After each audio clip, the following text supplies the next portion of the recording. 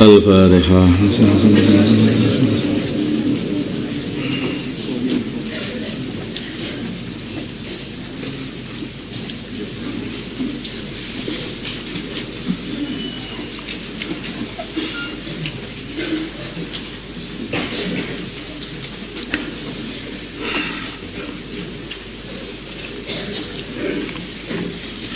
Bismillahirrahmanirrahim. Wa minhum, dan di antara mereka, man orang ahada yang ahadallah yang berjanji kepada Allah, lain atana bila mana Allah memberi kami min fadlihi dari anugerah Allah, dikasih kekayaan, maksudnya dikasih harta, wa nasaddaqanna, sungguh kami akan bersedekah,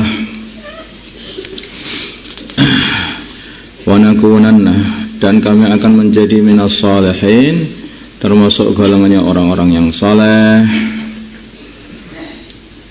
Di antara mereka orang-orang munafikin itu, kalau nanti aja lah, kalau sudah jadi orang kaya tak jadi orang soleh. Kalau sudah kaya katanya mau jadi orang soleh. Kalau dikasih duit sedekah nanti bayar zakat. Banyak duit tidak mau zakat, tambah nakal. Sebagian ini dikatakan, ini cerita ini adalah cerita Sa'labah bin Hatib, minta kepada baginda Nabi Muhammad SAW supaya baginda Nabi mendoakan dia jadi orang kaya, kasih rizki yang banyak, dan nanti dia akan bayarkan semua zakat-zakatnya, semua orang-orang yang perlu dibantu saja. Kemudian akhirnya setelah dikasih duit sama Allah Subhanahu wa taala, doa Nabi itu makbul, ya, menjadikan orang kaya, tapi malah dia itu mengingkari janji-janjinya, tidak mengikuti. Bahkan bukan hanya itu saja, Jumatan saja lah nggak mau datang karena jaga harta.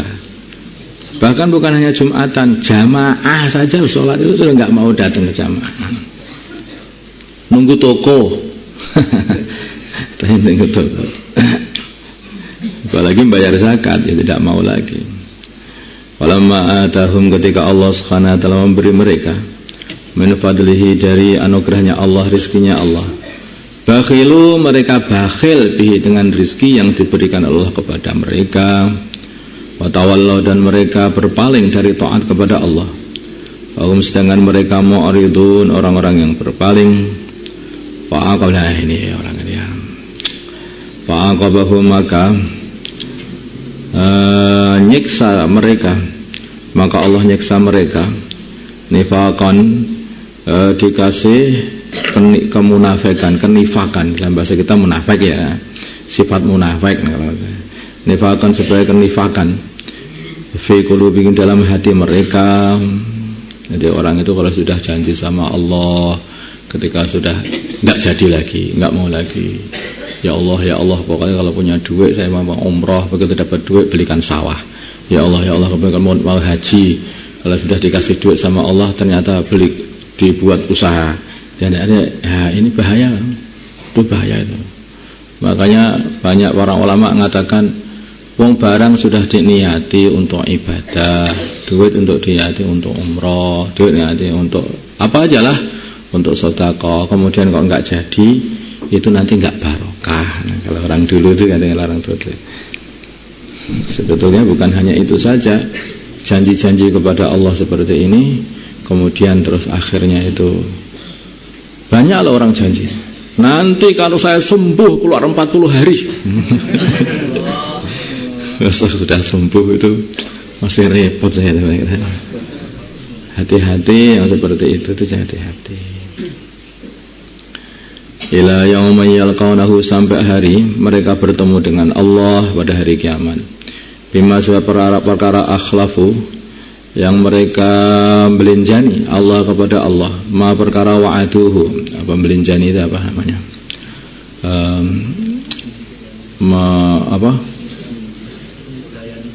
Menulayani modal Jawa atau kamu tuh mengingkari ya.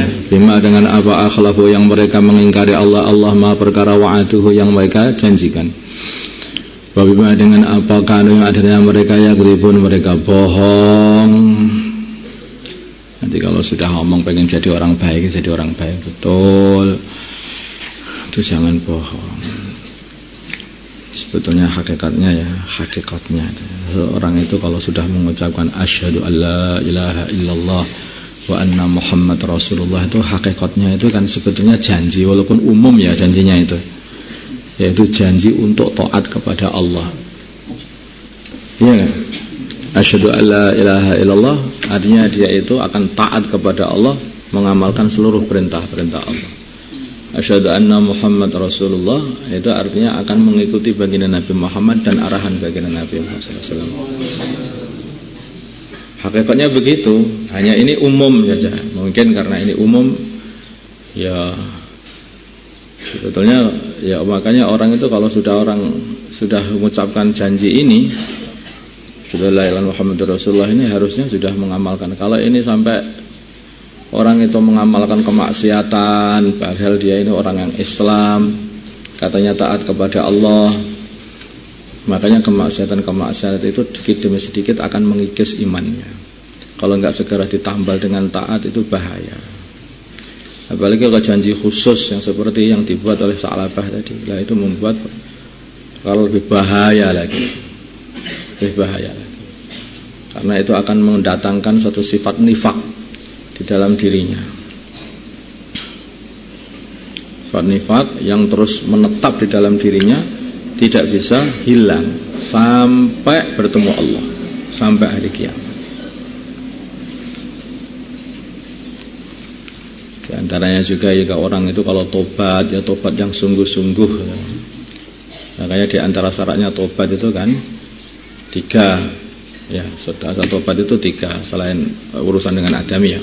Syaratnya 3. Pertama, meninggalkan seluruh kemaksiatan. Ini janji juga kepada Allah.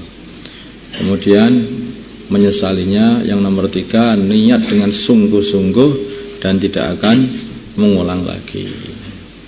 Makanya kalau satu daripada 3 persyaratan ini tidak diamalkan, maka tobatnya tidak diterima oleh Allah. Tidak diterima oleh Allah. Nah kalau meleset lagi itu, terjerumus lagi, apakah itu namanya melinjani janji? Ya, ada 2. Ada orang itu karena dia itu khilaf lagi, ya toh. Ada dia ini meremehkan perkara yang dia sudah diniatkan tidak akan mengulang lagi dosanya lagi. Ada 2. Kalau dia meremehkan, nah ini berarti dia itu tobatnya sebetulnya belum selesai. Tapi kalau orang itu terjerumus kan ada toh.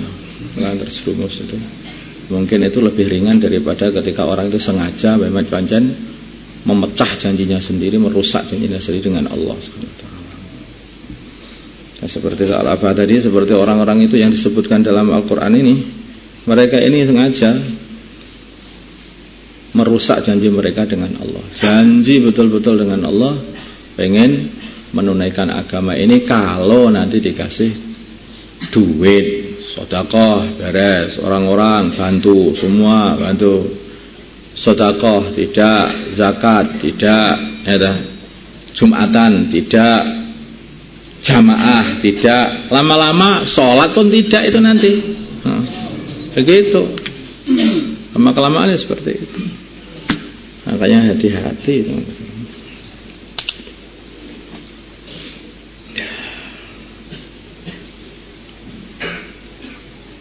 Jadi kalau orang sudah usaha menjaga janjinya itu terus-terumus, ya itu lebih ringan. Beda sama orang itu panjang meremehkan janji dia sendiri dengan Allah, bi'atnya dia sendiri dengan Allah. Nah, seperti halnya orang yang menghafal Al-Quran. Orang itu kalau hafal Al-Quran kan gak boleh lupa, ya kan? Walaupun itu hanya 1 ayat atau 1 surat, itu gak boleh loh dilupakan. Siapa yang sudah lupa Fatihah? Siapa yang sudah lupa 10 qul, 10 surat? Hati-hati, jangan kira wong saya belum khatam, itu harus dijaga. Apakah itu dalam fasal itu harus dijaga. Kalau sudah menjaga habis-habisan, kemudian ternyata itu juga belum hafal, tetap lupa aja, ya itu ringan seperti itu, semoga diampuni oleh Allah gitu. Tetapi kalau ini dia nggak menjaga, kayak seperti setahun hanya membaca sekali, ayo, kenapa senyum-senyum? Nah, ini dianggap belum menjaga Quran. Seorang hafal Al-Quran itu seharusnya itu membaca Al-Qurannya itu setiap hari itu ya 1/7 Al-Quran lah. Itu amalan baginda Nabi, 1/7 Al-Quran itu. Jadi mulai surat Al-Baqarah sampai surat Al-Ma'idah, dari surat Al-Ma'idah sampai surat Yunus ya, dari surat Yunus sampai Isra, dari Isra sampai Syu'ara, dari Syu'ara sampai Wassafat, dari Wassafat sampai Qaf, dari Qaf sampai An-Nas. Jadi dibagi-bagi gitu. Itu hizibnya baginda Nabi. Hizibnya baginda Nabi sallallahu alaihi wasallam. Di baginda Nabi bisa menjaga Qur'annya seperti itu. Lah itu kalau pengen kamu sebagai hafid Qur'an itu lah, kalau pengen juzusan ya kurang lebihnya itu ya 5 juz lah setiap hari. Setiap hari itu dibaca 5 juz. Itu jangan kurang yang sudah hafid Quran itu. Membaca itu yang paling bagus itu bagi hafid Quran itu semaan sama temannya. Setiap hari 5 juz. Soal semaan ya nanti mungkin nyemak setengah baca kan, nyemak itu. Nanti 2 juz setengah kan bisa seperti itu. Jadi baca berdua begitu. Atau membacanya bareng-bareng semuanya, boleh aja. Itu sampai 5 juz bareng. Sehingga dua-duanya bareng. Dibaca seperti itu. Ada sebagian ulama ada yang meringankan juga bagi hafal Quran itu jangan sampai kurang 3 juz sehingga 10 hari sekali khatam. Gak tahu kenapa itu kok 10 hari kali khatam itu. Mungkin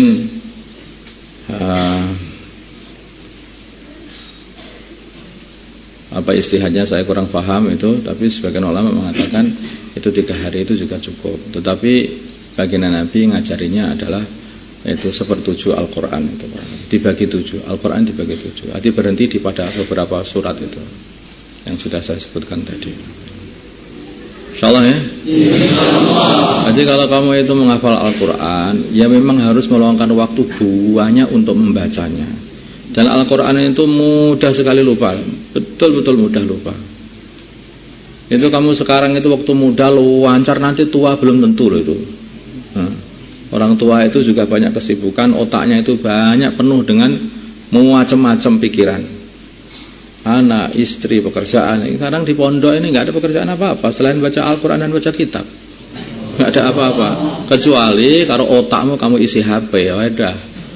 Kalau itu sudah penuh itu nggak bisa diisi lagi sama Al-Quran. Nah, makanya jangan diisi macam-macam. Otak itu kosongkan dari semua perkara yang nggak ada gunanya, masuki perkara yang berguna untuk dirimu ini di dunia dan di akhirat.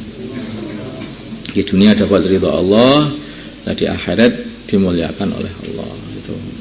Nah ini mumpung kamu itu belum banyak pekerjaan, nah sekarang ini biasakan baca Al-Quran itu 5 juz setiap hari. Yang menghafal Quran di sini kan hampir semuanya menghafal Quran. Ada yang tidak menghafal Quran ini. Pondok tahfidz namanya. Ya, pondok tahfidz kok nggak menghafal Quran itu loh. Tersesat namanya di sini itu.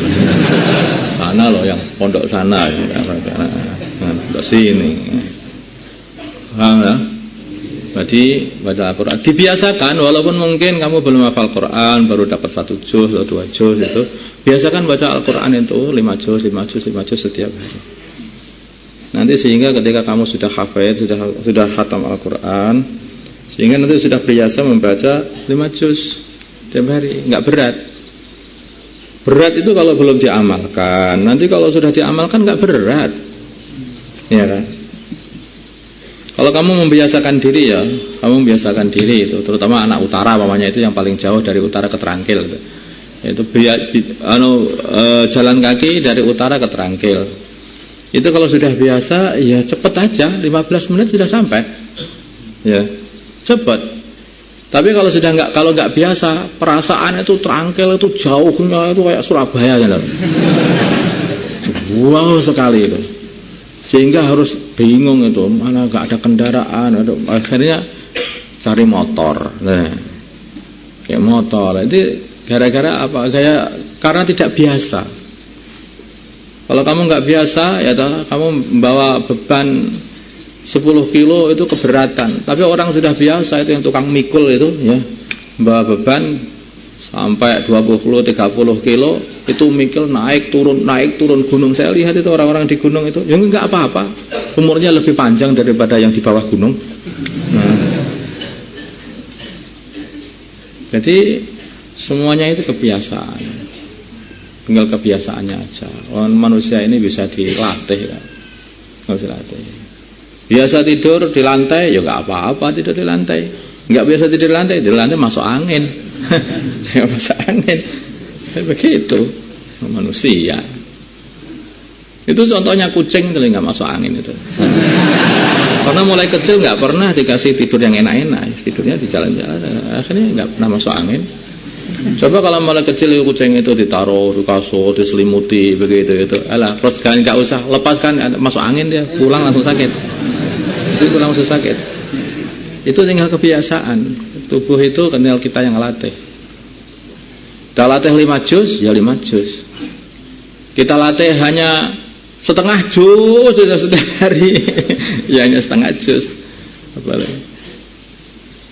Paham? Insyaallah ya. Insyaallah.